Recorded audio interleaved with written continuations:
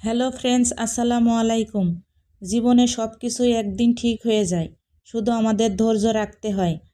আজ যেটা তোমার কষ্ট লাগছে, কাল সেটা তোমাকে শক্ত করে তুলবে। কখনো কখনো জীবন তোমাকে চুপ করিয়ে দেয়।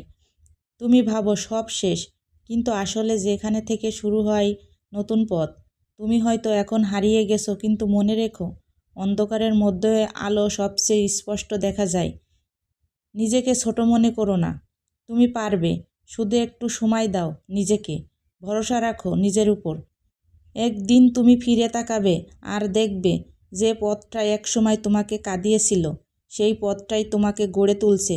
তাই এখনই হাল ছেড়ো না, চলতে থাকো, ধীরে হলেও এগিয়ে যাও। কারণ থেমে গেলে গল্প এখানেই শেষ, কিন্তু যদি এগিয়ে যাও, একদিন এই কষ্টই তোমার শক্তি হয়ে যাবে। ধন্যবাদ সবাইকে।